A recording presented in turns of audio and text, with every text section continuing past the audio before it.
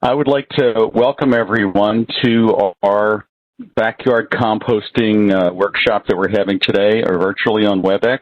I'm actually here with my colleagues, one of my colleagues, Mike Costi from Middlesex County Department of Solid Waste Management, and he and I are going to be talking to you on composting. Composting is something we're seeing a lot more people get into because they realize that they can produce a extremely valuable product that they can use in their garden for their house plants, and they can top dress their lawns with it.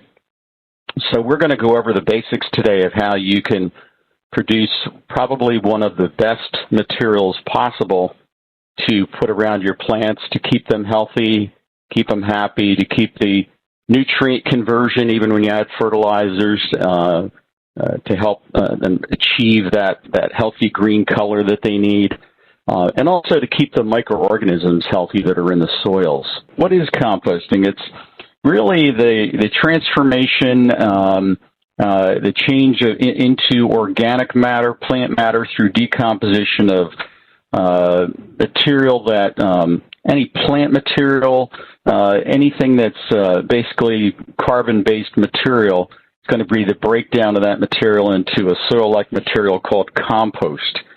And, it's a lot of bacteria and fungi and actinomycetes and some macro organisms that are also involved, like insects and earthworms. But they help in the transformation of these materials into a humus-rich, organic-based compost that once it's completely composted, it adds a lot of nutrients and a lot of substrates that our beneficial organisms in the soil feed on. So composting is one of the easiest ways for you yourself to recycle nutrients at home. So we don't want all of our food waste to end up in the landfill. We want to make sure that any food waste that we possibly can is either eaten or it's recycled back into composting. So by composting, we can then turn that into a substance that's really going to provide a lot of nutrition for our plants. And the nice thing about composting is going to save us money, because instead of buying so much fertilizer all the time and buying these amendments, we can really cut back on a lot of these materials just by using good quality compost.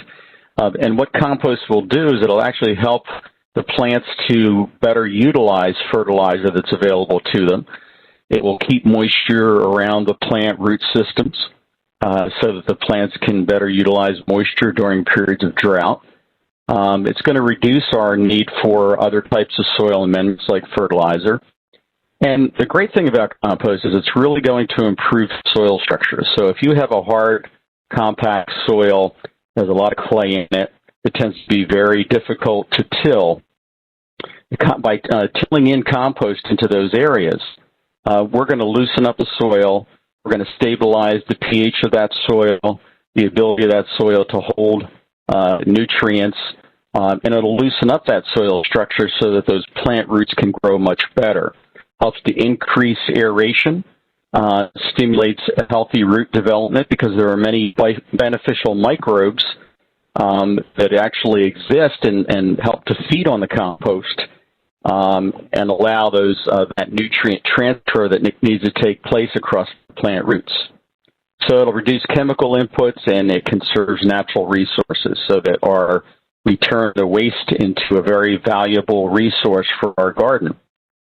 And, Mike is just here, but there's a lot of material that ends up, paper and paperboard, 25% of the total solid waste material.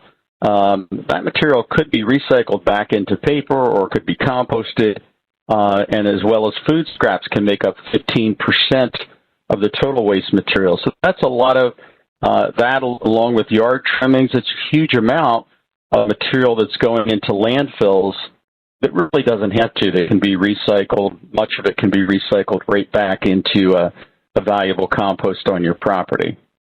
And you can see that over the years, the increases in waste materials has dramatically increased as our population increases. So it's even more of a reason for us to do what we can in our backyards to make sure that we're contributing to helping prevent this waste issue and recycling those materials back into a valuable resource for us. So just a couple facts here that, the average household in the U.S. generates 650 pounds of compostable waste each year. So imagine if you're turning that material into a valuable top dressing for your lawns, into a valuable soil amendment for your vegetable garden. This is going to dramatically increase the health of all of the plants around your landscape. And there's limited landfill space, so we've got to make sure that we start doing what we can to recycle and reuse and do what we can to decrease the amount of waste. And one interesting fact is that, just the handling of garbage is the fourth largest expense of many cities. So composting, if everybody chips in and does that, can dramatically decrease our cost overall. So let's talk about composting, speeding up. So what we're doing with a compost pile when we have a controlled compost pile or bin, it's actually allowing us to speed up the degradation process because composting happens. I mean, if you take a walk out into any wooded area, you see many leaves scattered about, and those leaves are going to be naturally decayed and composted in the wild. But when we have a compost pile, if we're doing everything right, we can dramatically speed up the breakdown and the conversion of those materials into a high-quality compost. But in order to do that, we have to control the amount of oxygen that's going into that system, the amount of moisture, and how do we feed it, with what kind of substrates are we putting in there in terms of food waste and leaves, and what's the carbon to nitrogen ratio. We're going to get into that today. And then in turn, how is the temperature controlled? Because at different temperatures, there are different bacteria and actinomycetes that actually take over within the composting process as it gets to different stages of degradation. So by managing all these different factors, we can actually speed up the whole process of composting. And also I would add another bullet there to add some soil or some already broken down compost to when you start a pile, because that provides many of those microorganisms and gets the compost bin off to a good running start. So that sprinkling a little bit of soil on after you've got the pile, a lot of material in the pile, and doing that periodically, just soil from your garden. You don't need any of those special enhancers. You just need some soil from the garden. So what we talk about in composting is ratios of carbon to nitrogen. So the ratios can range from 25 to 1 to 40 to 1. So that means 25 parts carbon to 1 part nitrogen, or 40 parts carbon to 1 part nitrogen. And I wouldn't worry about this too much because I doubt that many people that are composting are going out there and really figuring out ratios, where am I at with my ratio? But simply what it means is that you need a lot more carbon than you do nitrogen. So the carbon materials are going to be the leaves and the paper, and, if you chop up cardboard and you have material that's dried out, that's going to be in the carbon area, whereas nitrogen is going to be things like grass clippings, and even food waste would have a little bit higher nitrogen ratio. So we want a balance of more carbon if possible. And that's why this time of year is ideal for composting, because we have all these leaves coming down, and we have many people around us that have tons of leaves, and if they're not going to compost their leaves, you can even compost their leaves. And so this balance is kind of important because the carbon to nitrogen ratio will provide the proper ratio of nutrients so that you don't have odors. So the pile will break down in a most efficient manner. But it doesn't matter if the ratio varies from this, you can just readjust it at any time along the composting process. In other words, if you need to add more carbon, you just simply add more leaves. You need to add nitrogen, you can add grass clippings, you can add food waste to get the nitrogen levels up a little bit more. So it's relatively easy to, just keep adjusting this process, and we'll talk about that more. And it's also important to realize that in order for composting to occur, most compost piles are about 40 to 60% moisture by weight. So you need that moisture in order for these bacteria and the many different organisms that are in the compost pile to work effectively. And some of the most the difficult or resilient compounds that need to be broken down within that compost pile are broken down by the bacteria and actinomycetes. So they need the moisture in order to move through the pile and do their job to break down some of these compounds that we have into the humus. And the oxygen content should be about 5% or more. So we're going to increase our oxygen content by making sure that we're turning, at least once a week. We'll get into that more, but making sure that that oxygen level is maintaining at least 5% or higher. And the pH range usually ranges from about the 6s to the 8s, depending on the type of leaves and substrate that you're putting in there. But that's usually a pretty good range for most of our compost piles. So you have this work crew that's working for you.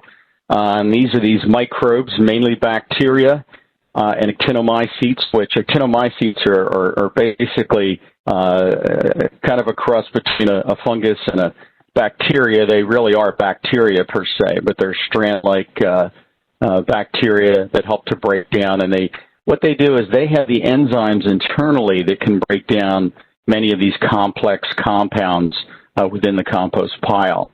So they're really our work crew, all of these microbes, and we need those to be healthy.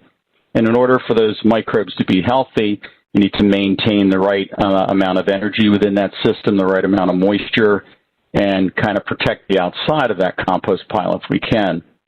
And then the food that's going to drive that compost pile so that these microbes have the work to do is going to be what we're adding to the compost pile, whether it's food scraps or the leaves themselves.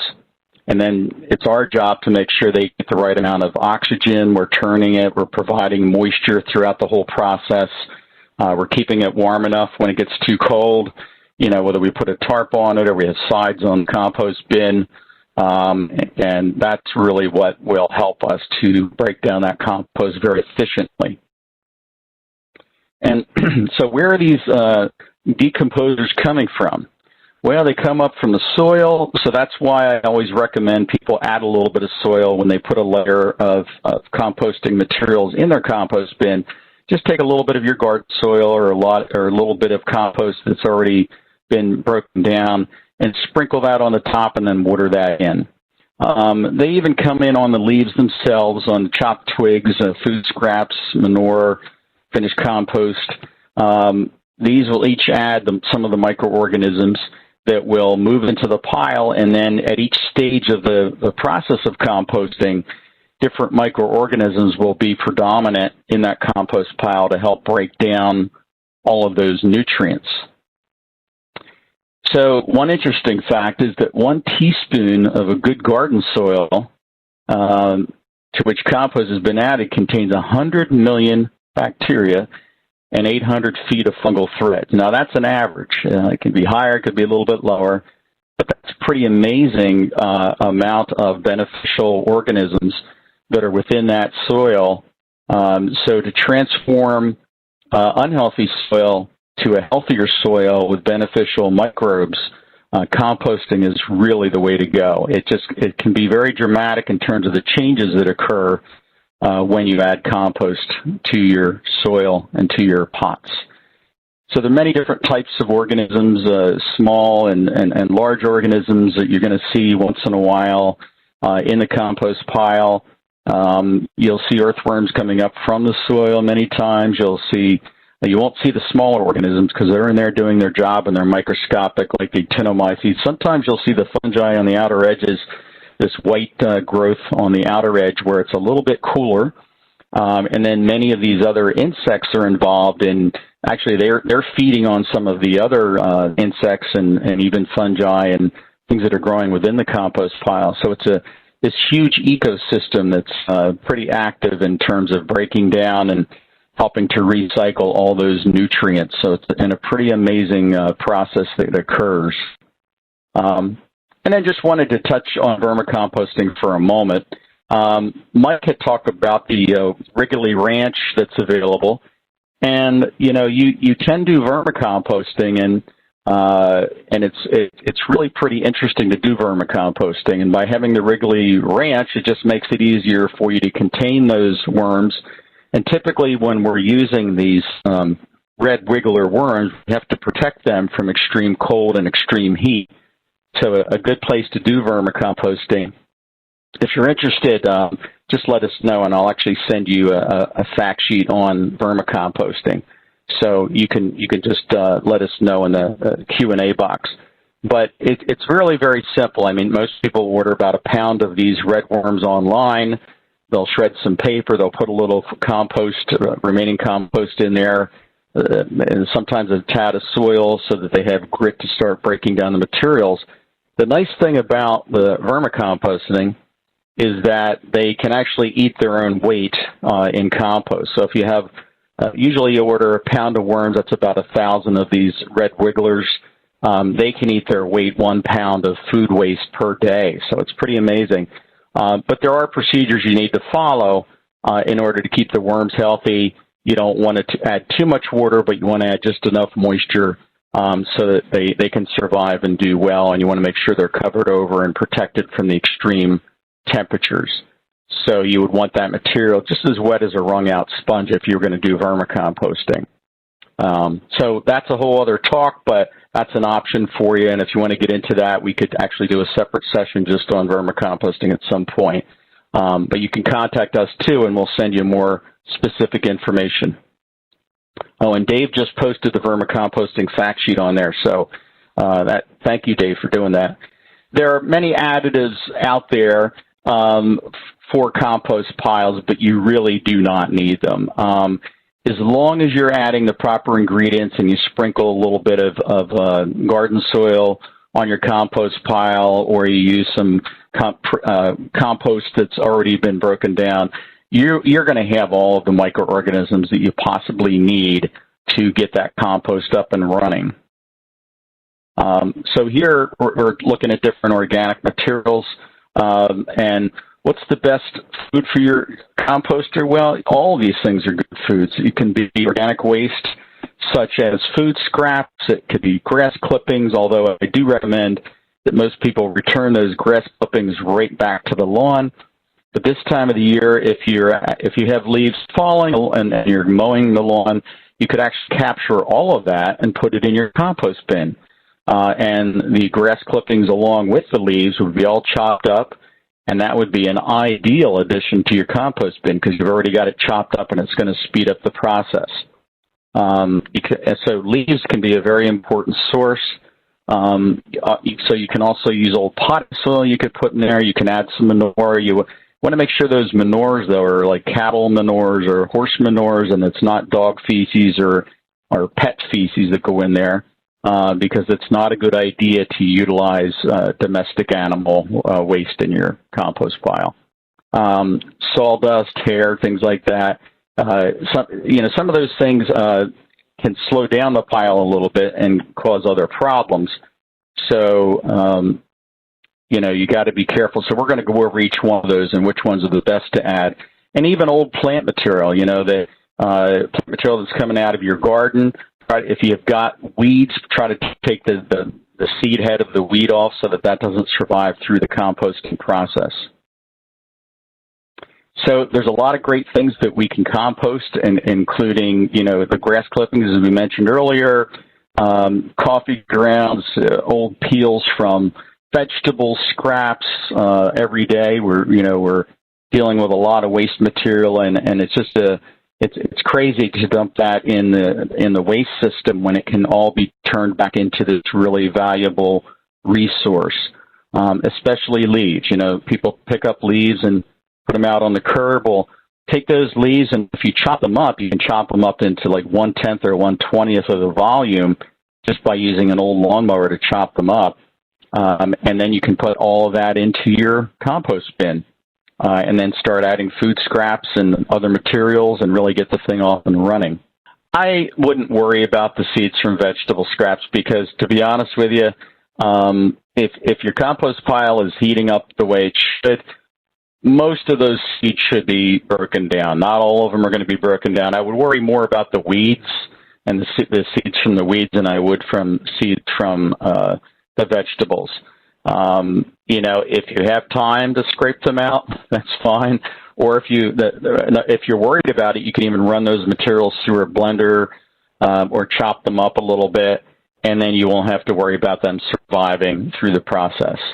There's a question on what about adding probiotics to the compost? You're adding everything you need when you add soil or finished compost. You don't need to add anything else. The probiotics are there because the materials that you're putting in the composting are actually facilitating that whole process. The microorganisms are going to come in through the soil you're adding, through the ambient air, and also residual organisms that are on those leaves and on the twigs that you're putting in. Many of those organisms are already there. Some things that we want to avoid putting in the compost pile are anything with oil, fat, grease, meat, fish, dairy products, unwashed eggshells, because they tend to attract mice and other vermin, and they can also limit the activity or slow down the beneficial microbes, because your compost pile goes from a very smooth-running aerobic machine, meaning it's using oxygen, can go to a less efficient anaerobic process where it's not using enough oxygen, and in turn you can have smell, awful odors that occur. Plus, you don't want to attract raccoons and skunks to your compost pile. So simply keep out anything that has oil in it, fat, grease, meat, or fish, and dairy products. And you'll have less of a problem with these animals being attracted to and getting into your compost pile. And then there are weed species, hard-to-kill weeds like bindweed and quackgrass, and even weeds that produce a huge seed head like amaranth or pigweed. You would want to take off the top of that grass weed, the seed head, before you composted it, and then chop up those pieces. And we're going to show you in some videos that Dave and Rich did yesterday of exactly what to do with some of those materials. So there are some hard-to-kill weeds that we want to try to avoid as much as possible. And so you want to avoid cat or dog waste because they can bring in disease problems and organisms that we really don't want in our compost pile. So avoid cat and dog feces, and especially bird feces, because there are some nasty organisms that can still survive in the compost pile. So these you do not want to use. Also, if you have specific diseases like if you had late blight in your tomatoes or potato crop, you would want to avoid using those plants in your compost pile, but you could compost that and in another area and then use that for non-vegetable areas. So usually many diseases, because I'm a plant pathologist by training, are specific to different types of plants. So if you could even run two compost piles, one that has all your old vegetable plants and one that has all the other types of materials you're recycling, so that if you had some disease organisms there, you're not spreading those actively into your garden the following year. So shredding is really important because it gets the volume of leaves down. So if you have a number of trees on your property, you're going to have a lot of volume of leaves. So one way you can reduce it is to run them through your mower and then just bag them and then dump those into your series of compost bins that you have, because it can take that volume down to 1/10 or 1/20th of the total volume of leaves that have fallen. Some people will actually just chop them up and then, kind of rip them up around the tree or shrub to protect the roots over the winter. And that's another thing you can do too, because those materials will break down and they'll help to recycle right back into the soil. And they'll provide a nice mulch to protect the root systems on those trees and shrubs as well. And so it's kind of like composting in place. But then you can also take the remnants of that and go ahead and put those the remaining portions in your compost bin. So by shredding, we're chopping up those materials so that they have a much greater surface area so that the microbes can get to all the surfaces of that particular product that you're trying to break down, so it will break down much faster. So you've probably seen on the internet making compost in as little as 14 days or whatever.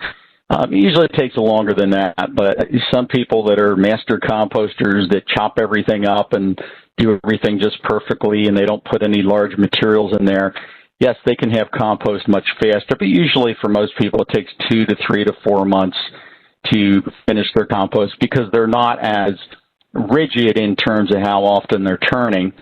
But it's more important that you get started composting and you kind of figure it out as you go. But chopping material up and shredding material is definitely going to speed up the entire process. So you could use your lawnmower for that. You could use clippers like you see here, and we're going to see Rich demonstrating that in a video coming up in a little bit. You know, feeding that carbon is the most important thing is to have plenty of carbon materials, which we call the browns. So that's going to be your leaves, your paper, anything that has high lignin content, or small twigs. You wouldn't want to put large twigs in your compost pile because they're not going to break down. But if you have very small twigs and you break them up and chop them up, they can break down within a reasonable period of time. And then the nitrogen materials, which are called the greens, that's going to be your food waste. It's going to be your grass clippings that are going to provide the nitrogen feed source for that compost pile. But you want a lot less nitrogen and a lot more carbon in the compost pile. So this just gives you an idea of the ratio of nitrogen, carbon to nitrogen. Leaves is going to be, 30 to 80 to 1. So in other words, 30 to 80 parts carbon, 1 part nitrogen.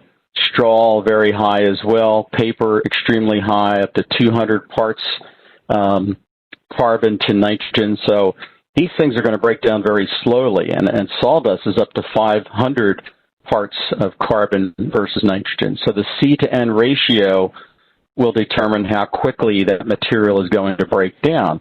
So leaves will break down faster than straw will break down faster than paper, and paper will break down faster than sawdust will. And then as you get into larger twigs, that ratio is going to be above 500. So that just shows you the progression that the smaller you can keep the material and the more you chop it up, the faster it's going to turn into a viable compost material. And animal bedding typically has a lot of straw in it, or it could have sawdust in it if it's horse bedding. So straw and the sawdust would actually bring up that to anywhere from 30 to 80 to 1 carbon to nitrogen ratio. Any questions on that, Rich? There's a question on the browns and greens. Do the browns break down slower or faster than the greens? The browns are breaking down slower, but you need a balance of greens to browns in order for the process to occur, because you need that carbon feeding in there. So in other words, leaves or grass clippings are going to break down faster, but they still need carbon sources to break down, and they would need more turning in order to properly decompose. Otherwise, they go anaerobic. So that's why when you put too many grass clippings in an area, it tends to break down and go anaerobic and has a smell. So you would just want to add a little bit of grass clippings or a little bit of high nitrogen or greens into that system. Thank you. Yep. High nitrogen materials such as vegetable scraps, coffee grounds, 20 to 1, grass clippings, 12 to 25 to 1. So the grass clippings and vegetable scraps actually have a higher amount of nitrogen than some of the other materials. Cow manure, for instance, is 20 to 1, horses 25 to 1. Poultry has the highest nitrogen content, or one of the highest nitrogen contents, 10 to 1, and then there's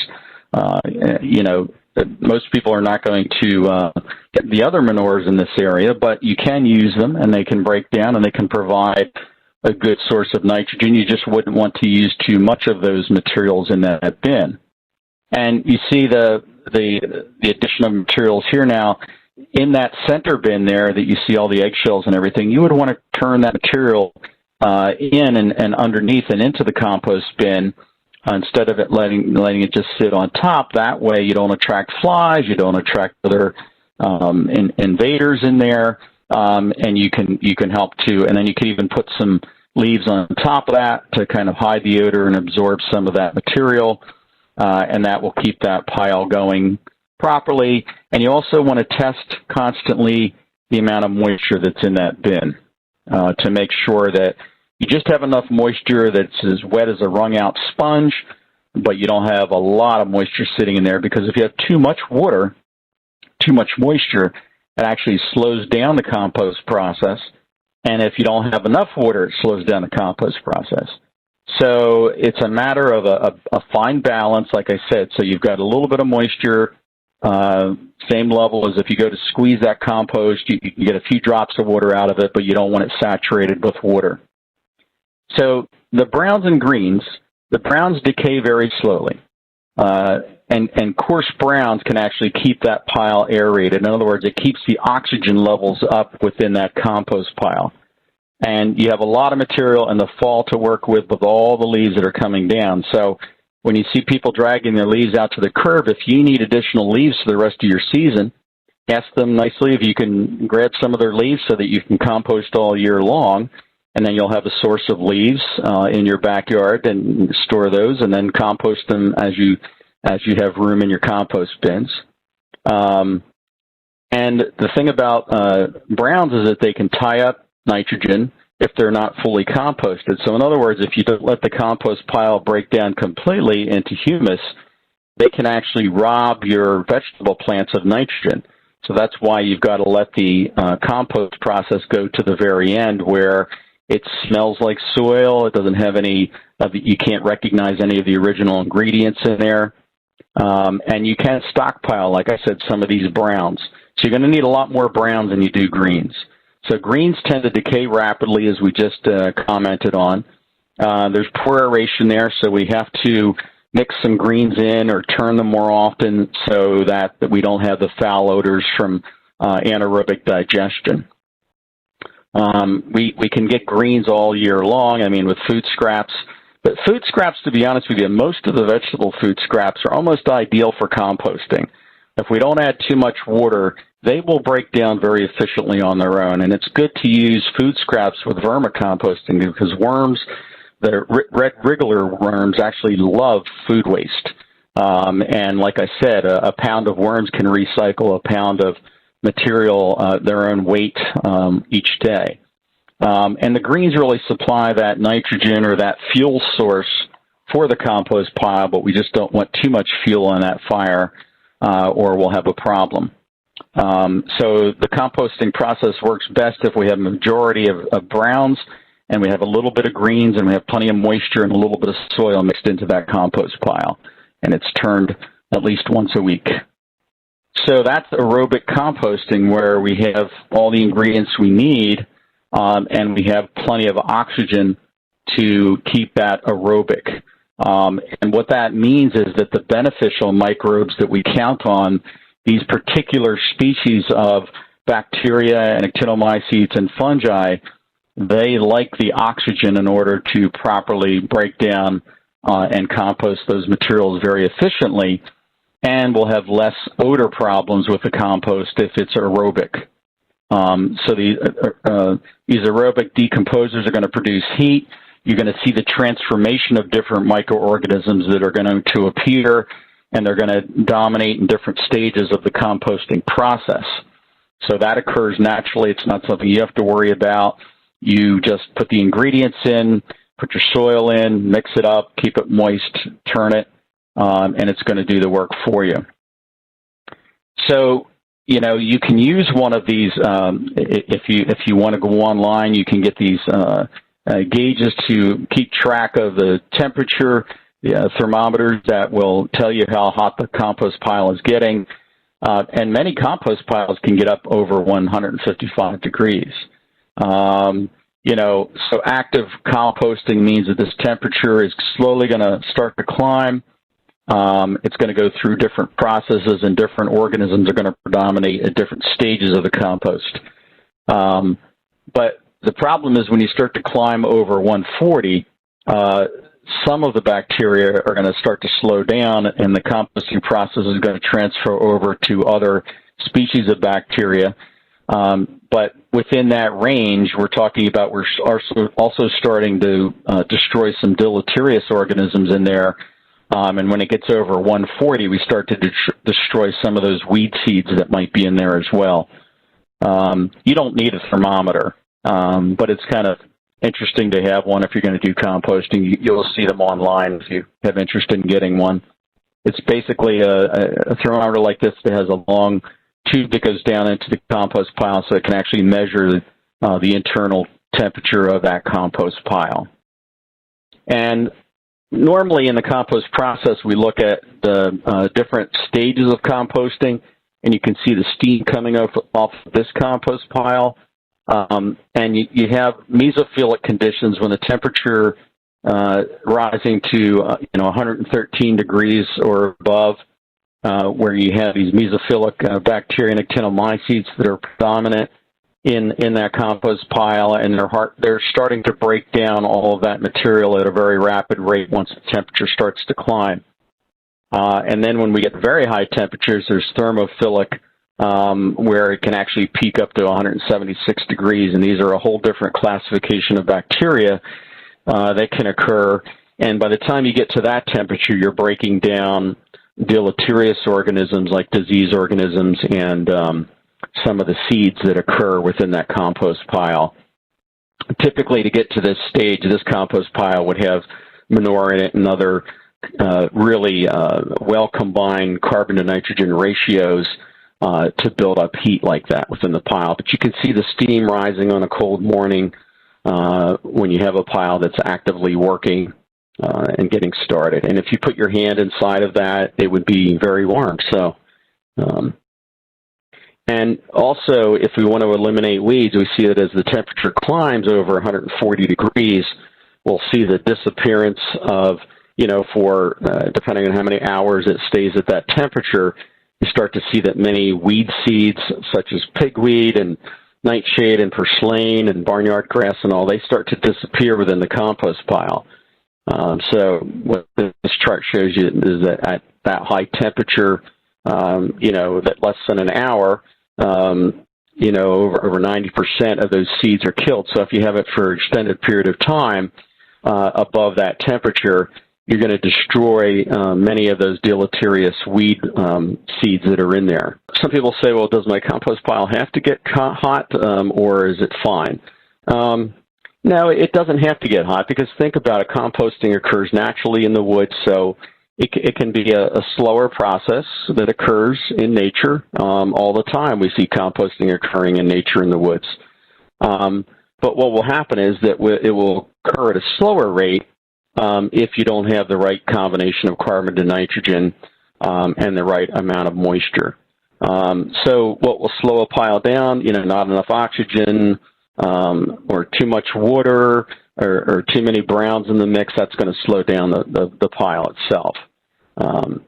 So in a higher temperature compost system, you're going to have more rapid decomposition.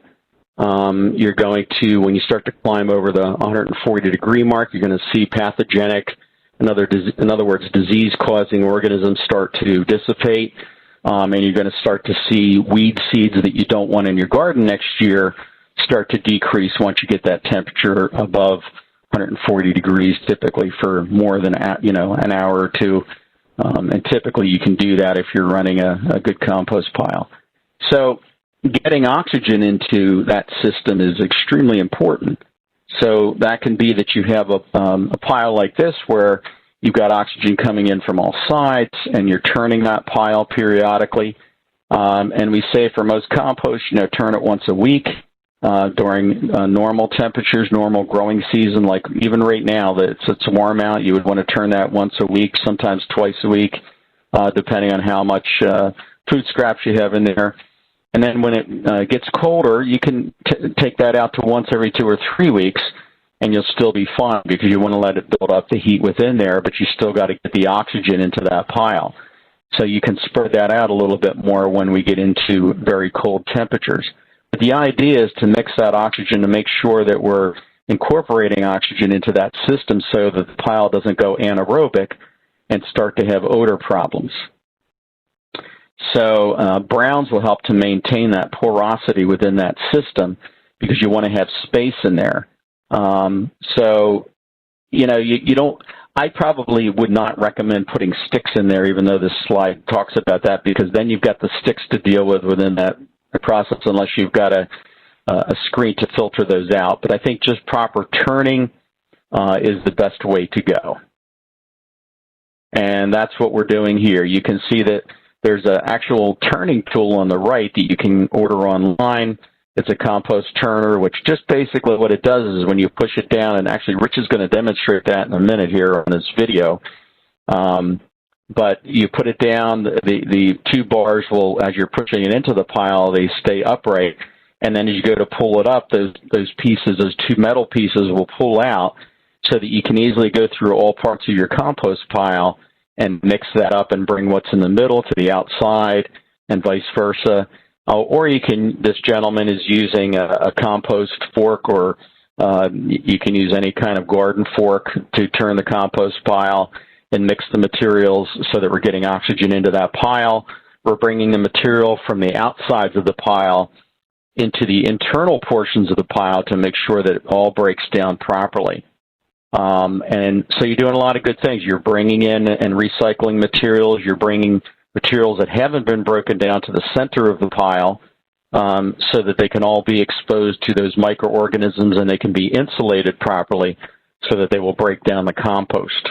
Yeah, let's take a little break from the slides. We'll come back to this slide, but Dave is going to go through, he's going to show you some of the videos that Dave and Rich took yesterday, and they did a great job of putting these together, so we'll narrate as Dave brings them up for you to see.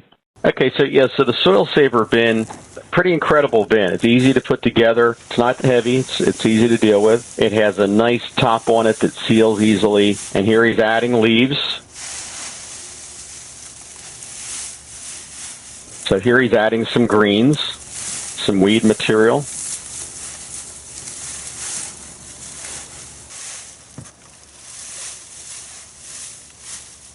Along with the carbon material, rich material of the leaves, and adding a few more greens.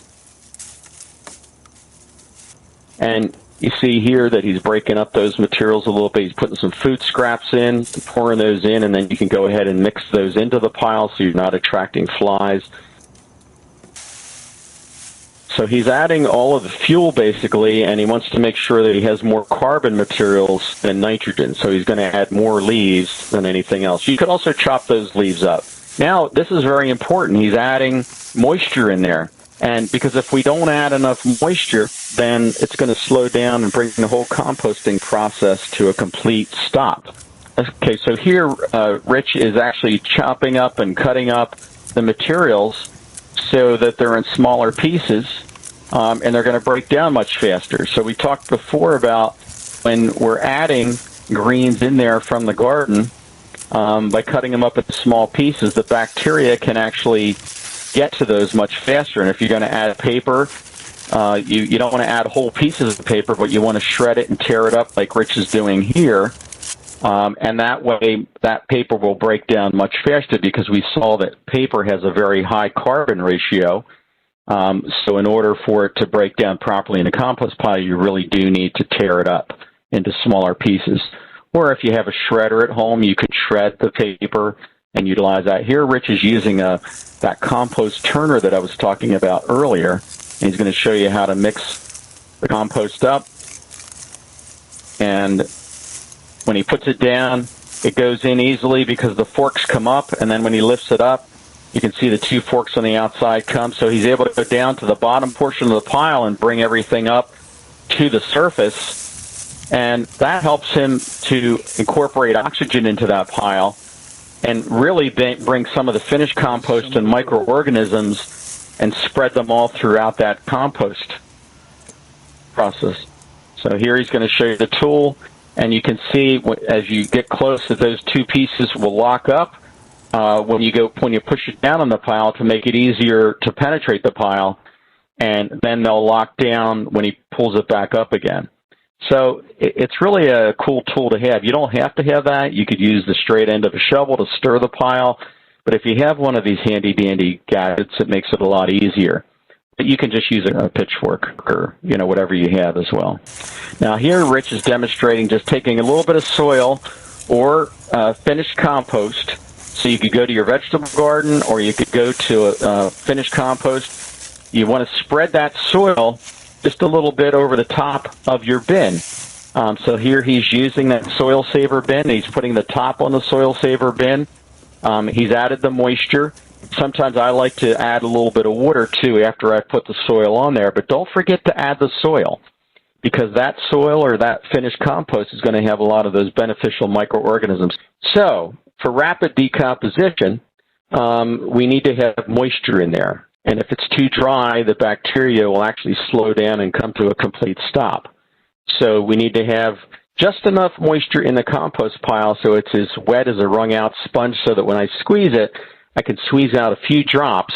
But if it gets too much, then it's going to slow down the pile. And if it gets too dry, it's going to slow down the pile. So you do need to keep an eye on the amount of moisture.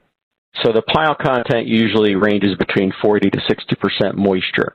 So that's a squeezed out sponge method. It usually works quite well. If it's too dry, you add water as you turn the pile and turn that moisture. You want to get that moisture all throughout the pile so that you have uniform moisture and bacterial activity throughout the entire pile. And then if the pile is too wet, say you've overdone it with the moisture, you've gotten too much rain, then simply what you would do is you would add some more brown, some leaves, or some newspaper, shredded newspaper, or straw, or whatever you had, and then you can bring that moisture content down. If you have an open pile or if you have a wire like this, you could simply put a tarp over top of that if you're getting too much rain that week and you want to shut down the amount of moisture that the pile is getting. Or if you want to maintain the higher temperatures within one of these types of bins that's open, you could also use the tarp to help contain the heat of that compost bin so that it will break down that much faster. So you don't have to have a lot of resources. If you have old fence pieces, pallets, you can even bring pallets together and put them together to make your compost bin. Any questions on anything, Rich? Yeah, the question on is very difficult things to decompose, like, acorns or your sweet gum balls and things like that. Yeah, so those materials, I would almost have a separate area. What I have done in the past is I try to chop them up with the mower, and I will have a separate little compost area for some of those really hard and slow to degrade materials. But you can put them in your compost bin, and then as long as you filter out and use a screen on the compost bin, then you can screen out some of those larger materials. But nuts are not going to break down. They're going to be in there for a long, long time because they're very resilient. So unless you're able to degrade those or chop those up, I probably would not add a lot of that to your compost pile. The bottom line is you could have them in there. They're not going to hurt anything as long as you have a screen to screen them out at the end, and you could just keep throwing them back into the compost pile until they break down. But it's going to take a while for those materials to break down. So how do we make compost the fast way? In other words, how do we speed up decomposition? Well, we turn the pile. We make sure we're turning it every 5 to 7 days. We move the outer material that's not breaking down into the center of the pile. We make sure that we have enough moisture, as we mentioned, a wrung-out sponge.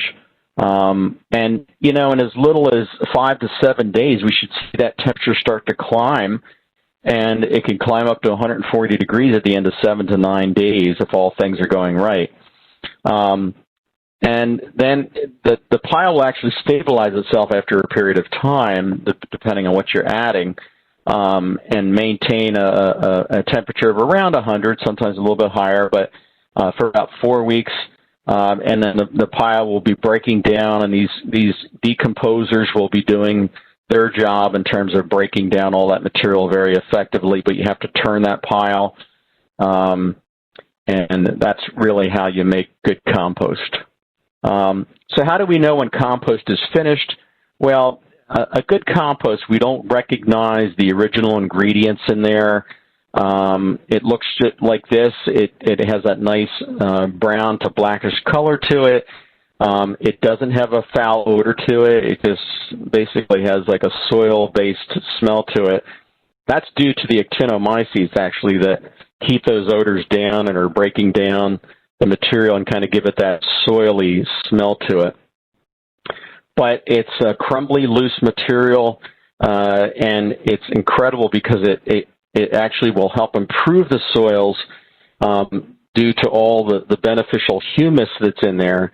So it'll stabilize the pH. It'll provide macro and micronutrients to a low level, but it's more so the value of the organic matter, which, if we can increase that organic matter in your soil, we're going to dramatically improve its ability to grow healthy plants. So it has this earthy smell, so you don't recognize any of the original ingredients that you put into it. And if you do, you can just throw those ingredients, use a screen, half-inch to 1-inch screen to screen out those large pieces, and then put them back in the pile to break down, and then use this material to go ahead and apply to your garden. And you can mix that in your vegetable garden in the top 6 to 8 inches of soil. And usually the pile will shrink, to 1/3 and sometimes even smaller than that of the original size of the pile, because it's decomposing all of that organic material. And we have done research at the Earth Center, of where to put the compost pile. Does it matter if it's in the shade or it's in the sunlight? And what we found is over the long haul of the compost pile, it really doesn't matter. It will start off faster in the sun because you have the heat buildup and you have the absorption of ultraviolet radiation or sunlight, so the compost pile will heat up. And you can emulate the same thing by putting a dark-colored tarp over the compost pile if you want to get it moving faster. But we found that compost it'll do fine even in a shadier area. That once the microorganisms really get started in there, they will do their job even in a shade area. It might take just a little bit longer, but it's going to be fine.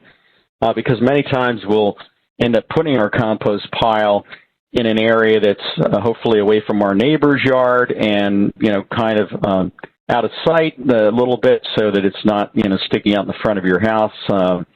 But, it's going to work no matter where you put it. So that's just important to understand. So considerations for locating the compost pile: you want to make sure you have adequate drainage, because you don't want that area flooding all the time, because that can be a problem, because you don't want the leachate going all over. Plus, you don't want to have anaerobic conditions. By being a good neighbor, you keep your composting bin in an area and keep it looking attractive. And probably keep it away from the neighbor's fence line. Just try to do what you can to be a good neighbor. So the size of the compost bin, normally we say if you have 3 cubic feet, so that's 3 by 3 by 3, that provides enough area for insulation of the compost, for adequate breakdown so that the temperatures on the internal portion of that compost pile will break down. But we'll see even smaller compost bins are effective as well.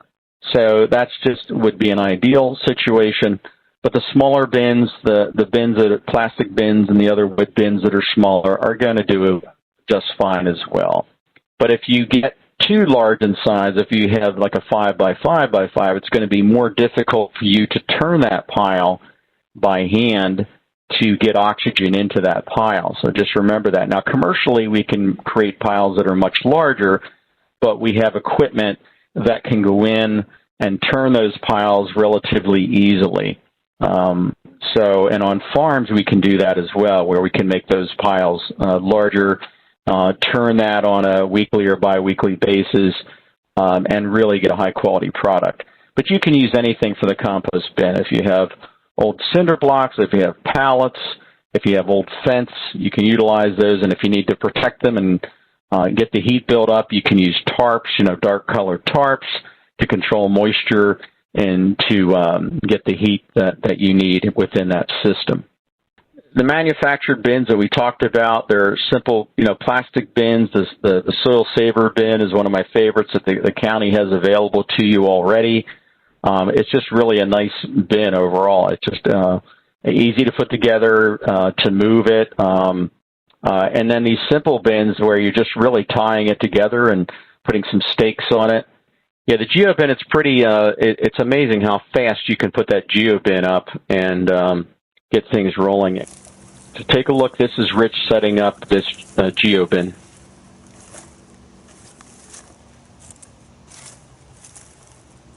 Very nice material. And basically, it comes in a roll, so you just unroll it, and then it has two things to put in where the holes are, where you see those white-colored nuts that are put on there. So you can make the bin to whatever size you want, and then you just snap it together and put your stakes in. And the stakes will prevent that bin from moving, keeps it upright, and you can see Rich is tying it with string to keep it stable so that when you get winds, everything is going to be held together. But it's a nice, handy little bin, and it's so easy. I mean, within a matter of, 15 minutes, you got yourself a compost bin set up. Easy to move when you need to. And when you want to unload all that material, you can just pull the bin out from the sides and go ahead and use it in your garden. Thanks, Dave and Rich, for putting that together. So this is the Soil Saver bin, and you can see it has two locks on the top so that you can easily get into that bin. You can take the entire top off so that when you want to go in there and you want to mix everything together to get oxygen in, it's very easy to use. So, I'd recommend that you get something that's that simple. Plus, it's dark in color, so it's going to absorb solar energy. It's going to heat up. It's going to get those microorganisms going. It has insulation on it, so it's going to insulate those microbes and keep the compost pile at the right temperature so that it'll operate effectively. So, some of the troubleshooting issues that we have. Odors can be a problem. So if we have odors, if you start to smell rotten egg smells, which is basically sulfur compounds, sulfur dioxide, that usually is a sign that we have anaerobic conditions. And anaerobic simply means without oxygen. So when we start to utilize bacteria that don't typically use a lot of oxygen, we will start to get those foul, rotten egg smelling bacteria. Or if we're adding too much moisture, if the compost pile is too wet, or if it's compacted and you're not turning it properly, you're going to start to have odors. So what you would do is to resolve that is just turn the pile, add some more of the brown materials like the leaves, and you could add, shredded newspaper in there as well. And you can even use some drier kitchen scraps as well to help get rid of that odor and then mix everything together. If you get an ammonia odor, that's typically a sign that you have too much nitrogen. So you've got too much greens in there. So you would resolve that the same way by turning the pile, by adding more carbon-rich materials like paper, shredded paper, or leaves. So that's why it's a good idea to go out as people are raking up their leaves, and if you want to get some extra leaves from them, your neighbors, and then use those throughout the year in your compost pile as if you want to do year-round composting. So some compost troubleshooting, low pile temperature. Typically, the pile could be on the small side, so we're not getting enough volume there to insulate itself and to build up the proper temperatures. Could be that it's just really cold outside and you have a smaller pile. It could be that the pile is too dry. If you don't have enough moisture, the bacteria, it's just like turning off a switch. You have to have a little bit of moisture, and you need to add a garden soil periodically too. It could be that you're not turning the pile so that it's not properly getting everything exposed to those bacteria to break down. Or it could be that there's not enough nitrogen or enough greens in there because you need those nitrogen materials in order for the composting microbes. So you don't want too much of it, but you do need some greens in there. And a good way to resolve that is just add food scraps. You're going to have plenty of food scraps coming out of your kitchen. Just chop those up into small pieces or put them in the blender. put some good food scraps in there, pieces of broccoli or peels or whatever, and they will speed up that process. You could also make the pile a little bit bigger. You can insulate the sides, or you could use a tarp over that, a dark-colored tarp, add a little bit of moisture, turn the pile. If you have the right combination of greens and browns, you're going to get a better operating compost pile that you're going to have temperatures build up. Pile getting too high, the temperature's getting too hot could mean that the pile is very large, that you don't have adequate ventilation for that pile. So that's why commercially we have to turn the piles on a pretty regular basis if we have these large compost piles, because if we don't turn them on a regular basis, the temperatures can get too high, and then that can shut down some of the beneficial microbes in the early stages. So how would we resolve that? We could reduce the pile size if we can turn on a regular basis. Any questions on any of those troubleshooting, Rich? Anybody have any questions? We definitely don't want to add materials in there like meat scraps or fatty food waste. So if you had food waste from the table, just make sure they don't have any oils or soap on them that could slow down your composting process. So remove any meat or fatty foods, and then turn the pile more often, because we don't want these critters getting into our compost bin. You don't want to be surprised by going out there at night and finding a skunk in your compost bin. So the way you reduce the chances of that happening is you simply use the right materials, you mix them in properly so that they're not odoriferous, foul smelling, and put your lid on your compost bin so that they can't get to it easily, or cover it with a tarp. So these are all good ways to increase the efficiency and also prevent any problems you may have from these animals getting in. So let's look at some of the benefits of compost. Compost it's not a fertilizer, so you're not adding a lot of nitrogen or micronutrients, but it does add a certain amount of nutrients. But what it really does is it adds in the organic matter, which helps to bind the nutrients that are there and will make nutrients available that are already in the soil. So you're kind of recycling and making that system more efficient. Now, if you're using a lot of plant scrap material in that system, you could be getting more nitrogen and phosphorus that's going to be slowly released to those plants. But if you're using mostly leaves, you're going to be a little bit lower on the nitrogen. They'll still break down, and they'll still be great for the plants, but it may not contain as much of these macronutrients like nitrogen and phosphorus. So what compost does is it actually also prevents the leachate or leaching of these nutrients in soil, so that the nutrients and the moisture in the water stay close to the root systems to actually create a much healthier environment for those plants. And you can use it in your potting soil, you can use it in your vegetable garden, and you can even top dress your lawns with 1/4 to 1/8 inch of compost. Once it's dry and it's run through a screen, you can simply use your rotary spreader, and you can spread a little bit of that on your lawn in the springtime, and later in the summer, just top dress right on top of your lawn. Just don't put it down too thick, and that'll add beneficial microbes and organic matter to your soil. And the nice thing about compost is it contains a lot of trace nutrients or micronutrients, and especially if you're putting a wide array of different food waste in there, you're recycling those micronutrients right back into your plants. And you're going to have them in a more readily available form as well, because the combination of the compost with those micronutrients, the plants are then able to establish the beneficial environment where they can absorb those materials much faster with the bacteria and other organisms that are in the soil. So we can use the finished compost as a soil amendment. We want to make sure that we're using material that's completely finished, it's mature, it's dark, crumbly, you can't recognize the original ingredients. So we talked about mixing that in with the topsoil when you're doing a vegetable garden. You can use that in your potting soil. You could use up to 1/3 or more of that in your potting soil, along with your peat moss and other ingredients when you're potting plants. And that will cut down on the amount of peat moss that you need. It'll also provide some micronutrients that those plants need.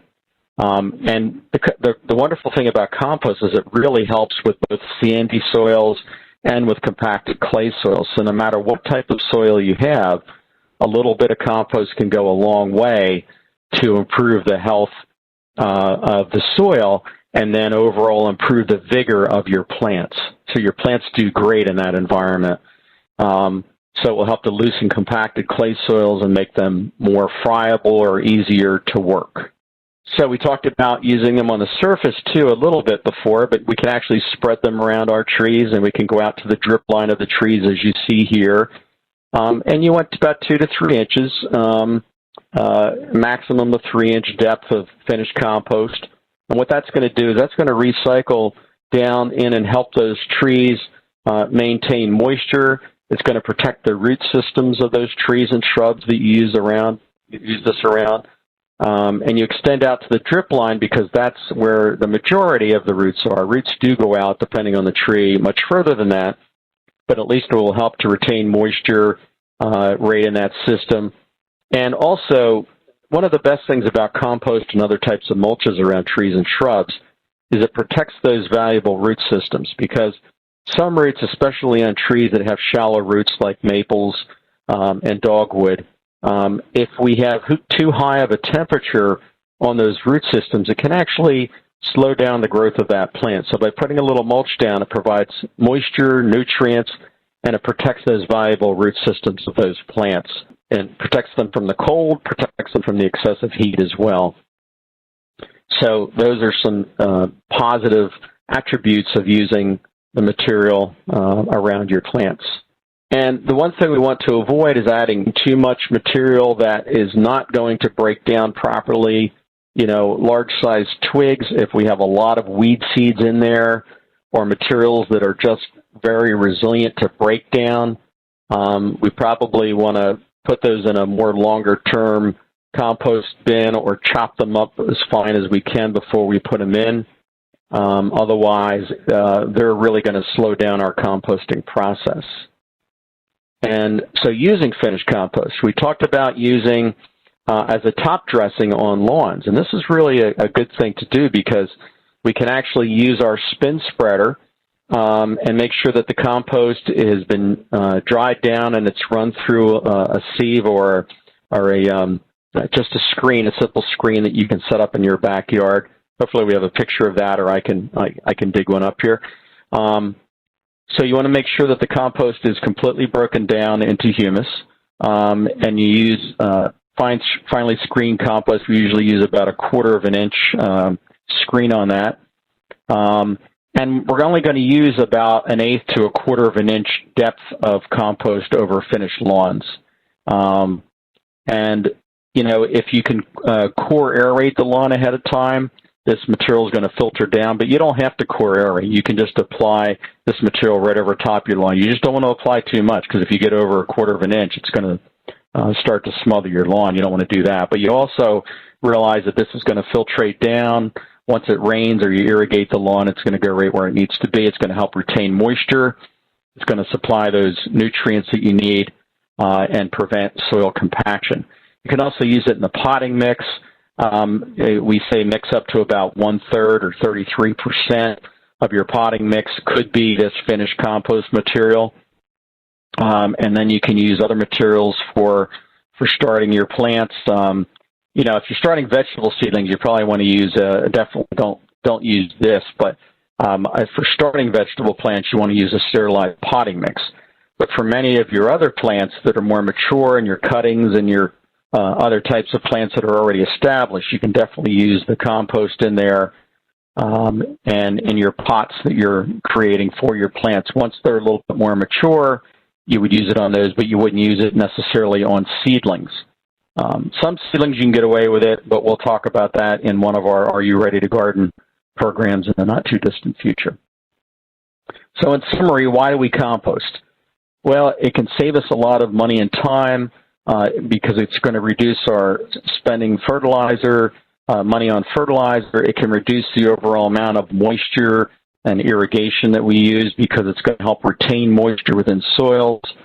So it's going to reduce the overall amount of plant amendments that we need and soil amendments. It's going to stabilize the pH or the acidity of the soil. It's going to help improve soil structure for the long run, so that if you're using compost on a regular basis, it's going to broaden the amount of plant material that you can grow in these areas. Because when I first moved into my house, the soil was absolutely horrible. And I've used compost over the years, and slowly but surely, I've improved that soil, its nutrient holding capacities, its ability to provide an ideal environment for a broader range of plants. So now I have a broader selection of plants that I can grow on my property.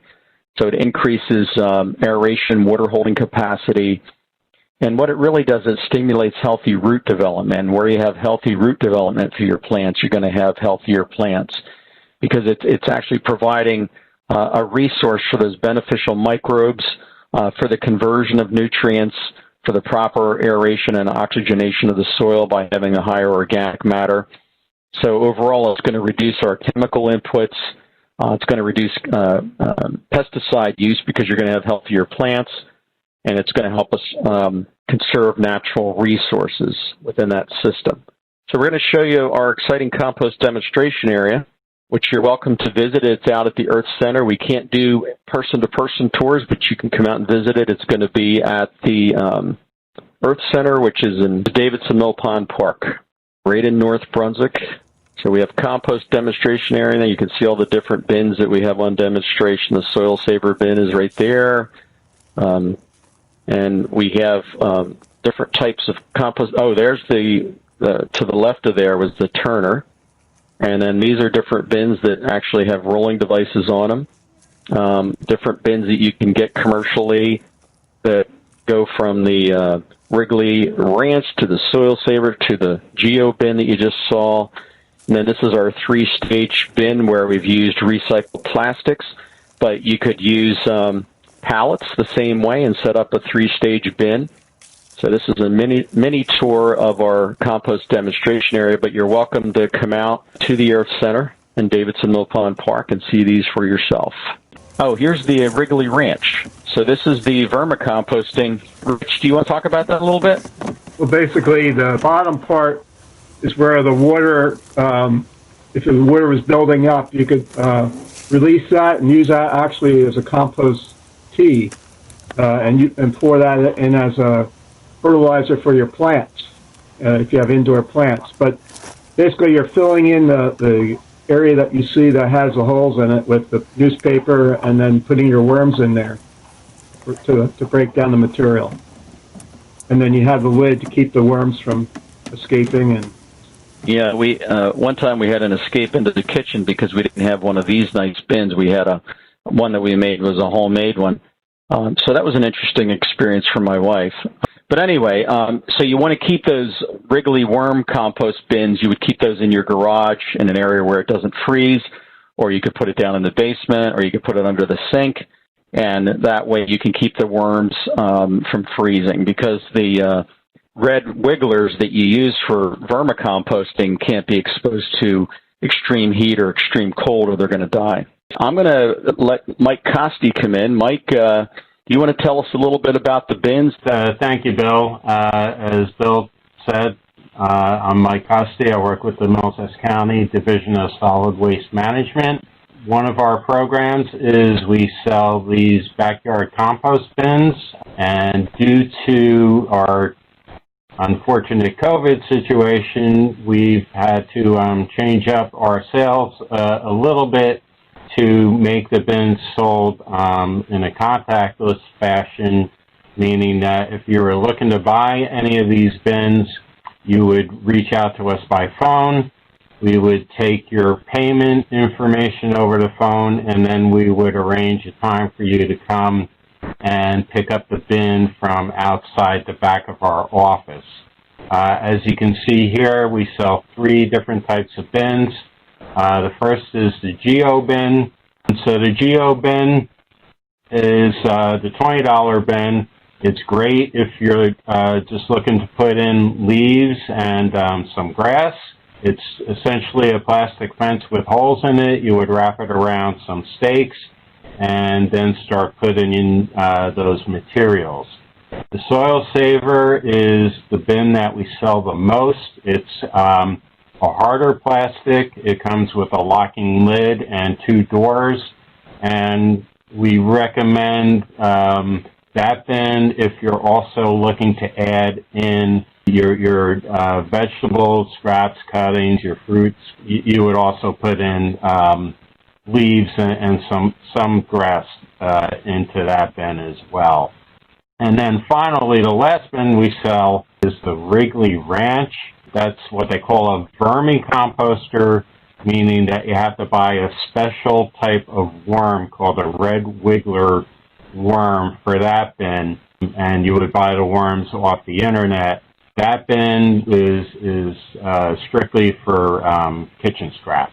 In addition to selling the compost bins, a couple of things to touch on in general regarding solid waste and recycling is for your curbside program, our current big push is to remind people not to put plastic bags out in your curbside bin. What that does is it messes up the machinery. When it gets to the recycling sorting facility, it creates a lot of downtime at these facilities. Other contaminants that they have run into have been things like garden hoses, wires, hangers. Best advice I can give is keep it simple. Put in your bottles and cans, put out your cardboard, your newspapers. If you have questions as to what's supposed to go out, what's not supposed to go out, you can certainly call us, and if we don't have the answer, we would direct you to the curbside program phone number, and they could provide you with more information. www.middlesexcountynj.gov/recycle. So that has all our programs listed, and also it has a link to the Recycle Coach app. That's an app that also gives out more information about recycling in general and some specific information. And with that, I will give it back to you, Bill. Okay, thanks, Mike. A lot of great information and 3 bins that will help you to get into the composting, whether you want to do traditional composting or vermicomposting. You got some great options there that are available through the county, the solid waste group, and we're thankful that they are working with us on this program. Oh, one thing I wanted to mention is that our coordinator, Angela Monahan, runs a really amazing Master Gardener program in Middlesex County. So if you want to become a Master Gardener, you'll get a chance to do a lot of hands-on gardening. Now, right now, because of COVID, we're not able to actively run the program this semester. But we're hoping that next semester or later in the year, we'll be able to restart our next class of Master Gardeners. And the nice thing about our facility out at Davidson Mill Pond Park is it provides wonderful opportunities for you to get a lot of hands-on experience, to grow a lot of different flowers and vegetables and herbs that you may have never grown before. You'll work with us on projects that help the community. You'll learn, Rich will take you out and show you how to properly prune trees and how to take care of a whole array of different plants, and myself and Rich and many of our professors from Rutgers will come in to help provide the training for that program. So make sure you contact us at 732-398-5262. This year we also have, we just received funding from USDA. We're starting a beginner farmer training. So if you want to take your garden experience to the next level and learn how to establish a small farm, but also I would like to invite you to either become a Master Gardener. You can also become an environmental steward. My fellow agent that works with us, environmental agent Michelle Bacchus, she does a great job with the Environmental Steward Program, where you can learn about environmental science in much more in-depth and what you can do to help the environment. I also want to thank our county freeholders and the support that we get. I guess they're called county commissioners now.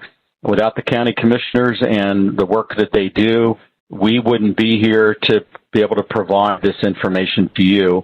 Also, we receive a lot of valuable information from the New Jersey Agricultural Experiment Station because for myself, much of our research and educational material actually emanates from the New Jersey Agricultural Experiment Station. I want to thank everyone that joined us today. Take care, everyone.